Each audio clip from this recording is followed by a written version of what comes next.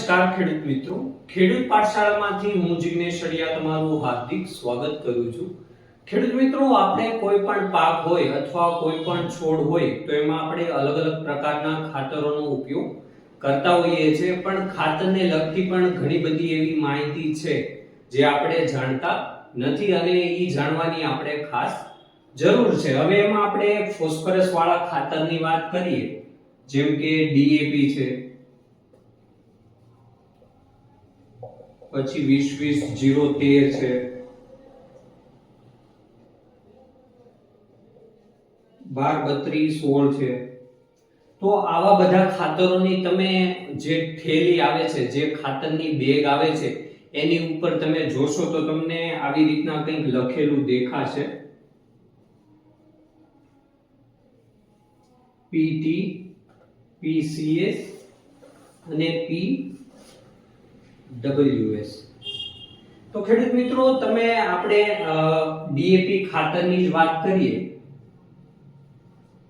તો ડીએપી ખાતરમાં બધા લોકોને ખબર છે કે ભાઈ એમાં નાઇટ્રોજનનું પ્રમાણ 18% હોય અને જે ફોસ્ફરસ આવે છે એનું પ્રમાણ 46% હોય છે। તો આમાં તમે એની થેલી ઉપર જુઓ તો આવી રીતના લખેલું છે કે જે નાઇટ્રોજન છે એ 18% હોય છે, પણ ફોસ્ફરસ છે એ અલગ અલગ રૂપમાં લખેલું હોય છે, જેમાં PT મતલબ કે ટોટલ ફોસ્ફરસ, એટલે કે જે ટોટલ ફોસ્ફરસ હોય એ કેટલા ટકા હોય છે, તો એ 46% હોય છે।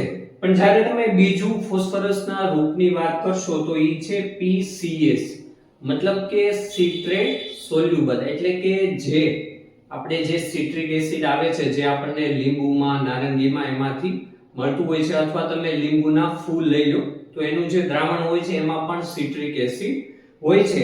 તો એમાં જે દ્રાવ્ય થતા હોય, એટલે કે એમાં જે ઓગળતા હોય એનું પ્રમાણ 46% એમાં લખેલું હોય છે। અને PWS મતલબ કે વોટર સોલ્યુબલ, એટલે કે જે પાણીમાં ઓગળતા હોય અથવા પાણીમાં દ્રાવ્ય હોય એવા ફોસ્ફરસની સંખ્યા તમે જોશો તો 39.5%। આવું તમે ડીએપી ની થેલીમાં જોશો તો તમને આવી નાઇટ્રોજન આવી રીતના લખેલું છે, અને જે ફોસ્ફરસના જે અલગ અલગ પ્રકાર આવે છે, અલગ અલગ રૂપ આવે છે, એ તમને આવી રીતના કંઈક દેખાશે। તો આજે આપણે વિડિયોમાં આના વિશે માહિતી લેવાના છીએ કે ભાઈ આ છે શું અને આને આપણે કઈ રીતના સમજવું જોઈએ।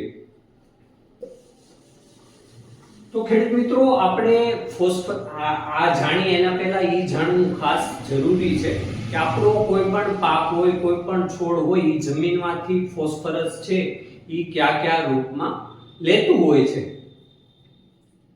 તો પહેલું છે H2PO4, બીજું છે HPO4, ત્રીજું છે PO4।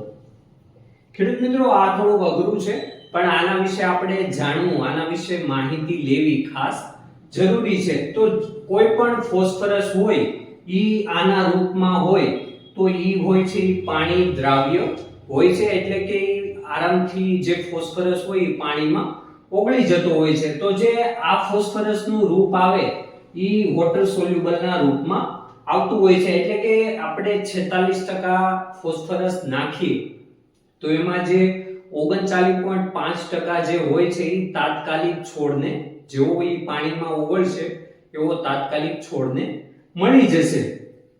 હવે બીજા ફોસ્ફરસના રૂપની વાત કરીએ તો એ છે HPO4, એટલે કે આ જે હોય છે એ એસિડમાં દ્રાવ્ય હોય છે,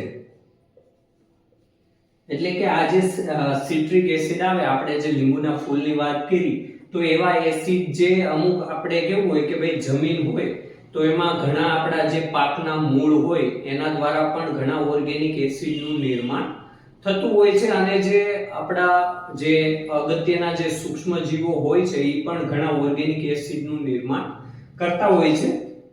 તો જે આ રૂપમાં, જે એસિડ દ્રાવ્ય રૂપમાં જે ફોસ્ફરસ હોય છે એ આના દ્વારા બેક્ટેરિયા અને જે ઓર્ગેનિક એસિડનું નિર્માણ થાય છે એના દ્વારા ઈ આપણા છોડને મળતો હોય છે। તો આ થયું કે ભાઈ જે એસિડમાં દ્રાવ્ય હોય ઈ, અને જે ફોસ્ફરસનું જે ત્રીજું રૂપ છે ઈ આપણો પાક છે ઈ લઈ શકતું નથી, એટલે આપણે એના વિશે બહુ અંદરથી માહિતી લેવું નહીં.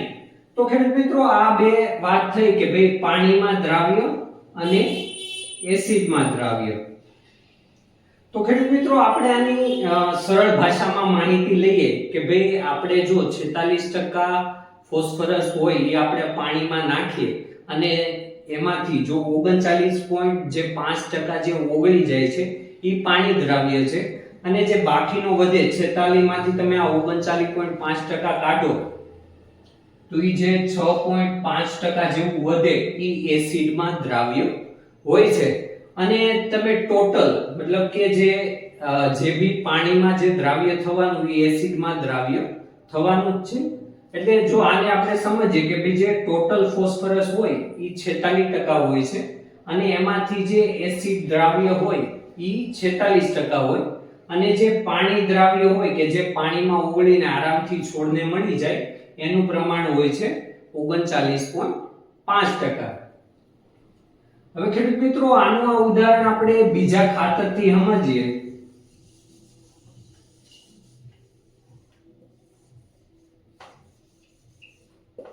તો એ છે 20-20-0-13.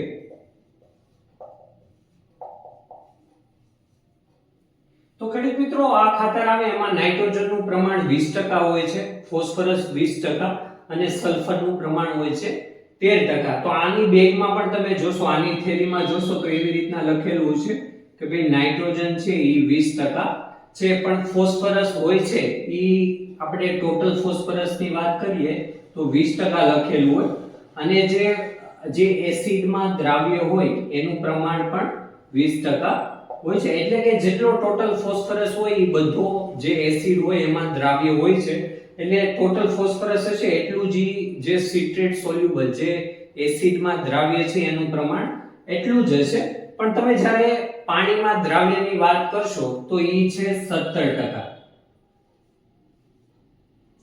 એટલે કે આપણે જે ટોટલ 20% ફોસ્ફરસ છે એમાંથી જે 17% છે એ પાણી દ્રાવ્ય છે અને 3% છે એ એસિડ દ્રાવ્ય છે, એટલે એને ટોટલ ભેગું થઈને એ 20% થાય છે. હવે ખેડૂત મિત્રો, આપણા મનમાં એ પ્રશ્ન થાય, આપણે જો કે પહેલાય વાત કરી કે ભાઈ આવડો જે 17% છે એ તો છોડ હોય એ મૂળ દ્વારા આરામથી લઈ શકે છે, પણ જ્યારે આપણે સિટ્રિક એટલે કે એસિડ દ્વારા જે દ્રાવ્ય હોય એવા ટકાની વાત કરીએ તો એ છે 3%.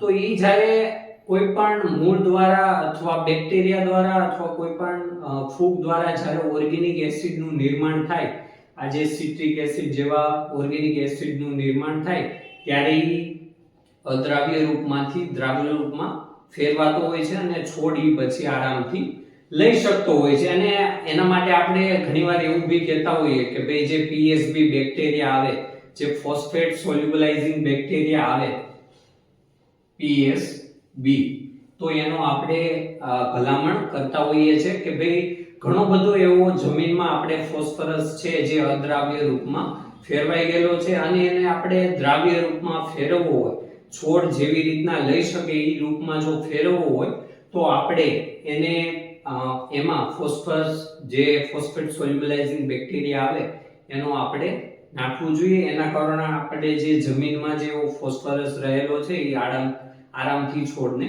મળી જાય છે. તો ખેડૂત મિત્રો, તો આ થઈ કે ભાઈ જે ફોસ્ફરસ જે અલગ અલગ રીતના લખેલો હોય છે એનો અર્થ શું થાય છે. તો આ છે કે ભાઈ ટોટલ ફોસ્ફરસ, જે એસિડમાં દ્રાવ્ય છે એવો ફોસ્ફરસ, અને જે પાણીમાં દ્રાવ્ય છે કે ભાઈ આપણે નાખ્યું અને ડાયરેક્ટ પાણી જેવું મળે અને એમાં દ્રાવ્ય થઈ અને છોડ આરામથી લઈ શકે છે. તો ખેડૂત મિત્રો, જો વિડીયોમાં માહિતી પસંદ આવી હોય તો વિડીયોને લાઈક કરી દેજો, શેર કરો અને આપણી આવી જ ખેતીને લગતી માહિતી માટે આપણી ચેનલને સબસ્ક્રાઇબ કરો. ફરી મળીશું એક નવા વિડીયો સાથે. જય જવાન, જય કિસાન. ધન્યવાદ.